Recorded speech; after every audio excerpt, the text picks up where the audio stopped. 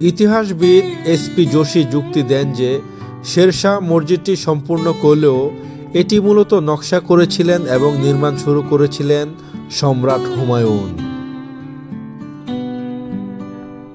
যোশী বিশ্বাস করেন যে শেরশাহ মসজিদের উপরের অংশটি তৈরি করেছিলেন, যার মধ্যে গম্বুজটি অন্তর্ভুক্ত ছিল। বহির্ভাগের দেয়ালের মার্বেলের কাজ তার পুত্র আকবরের জন্য দায়ী করা যেতে পারে, কারণ জ্যামিতিক কাজগুলো তার সময়ের, আকবরের পূর্বযুগের নয়। অর্ধগম্বুজ সূক্ষ্ম খিলানের ব্যবহার একটি শক্তিশালী মোগল সংযোগ প্রতিনিধিত্ব করে।